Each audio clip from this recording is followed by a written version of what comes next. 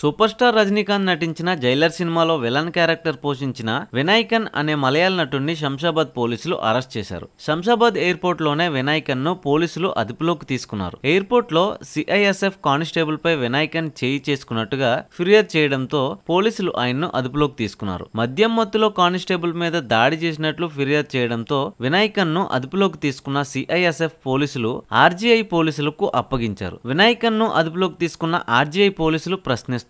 కొచ్చిలో cinema shooting ముగించుకుని వినాయకన్ గోవా వెళ్తున్నట్టు సమాచారం. అయితే హైదరాబాద్ ఎయిర్పోర్ట్ లో కనెక్టింగ్ ఫ్లైట్ కోసం వినాయకన్ ఎదురు చూస్తున్న సమయంలోనే ఈ దాడి చేసినట్లుగా తెలుస్తోంది. అయితే వినాయకన్ మాత్రం మరోలా స్పందిస్తున్నారు. తానే తప్పు చేయలేదని చెప్తున్నాడు. ఎయిర్పోర్ట్ అధికారులే తనను గదిలోకి తీసుకెళ్లి వేధించారని, కావాలంటే సీసీటీవీ ఫుటేజ్ కూడా చెక్ చేసుకోవాలంటూ చెప్తున్నట్టు సమాచారం. అసలు తనను ఎందుకు అదుపులోకి తీసుకున్నారో అర్థం కావడం లేదని ఓ మీడియాతో వాపోవడం గమనించవచ్చు. రజనీకాంత్ నటించిన జైలర్ సినిమాలో వర్మ పాత్రలో వినాయకన్ పాపులర్ అయ్యారు. ప్రస్తుతానికి వినాయకన్ గోవాలో సెటిల్ అయినట్టు తెలుస్తోంది. అయితే సినిమాల్లో విలన్ పాత్రలు పోషించే వినాయకన్ గతేడాది అక్టోబర్ 23ను కూడా దురుసు ప్రవర్తనతో అరెస్ట్ అయిన విషయం తెలిసిందే. అసలు ఆయనదే తప్పో లేదంటే పోలీసులతో తప్పో, అసలు ఎవరికి తప్పు అనేది చూడాలి మావా. సో మరిన్ని అప్డేట్స్ కోసం సబ్స్క్రైబ్ కొట్టు మావా.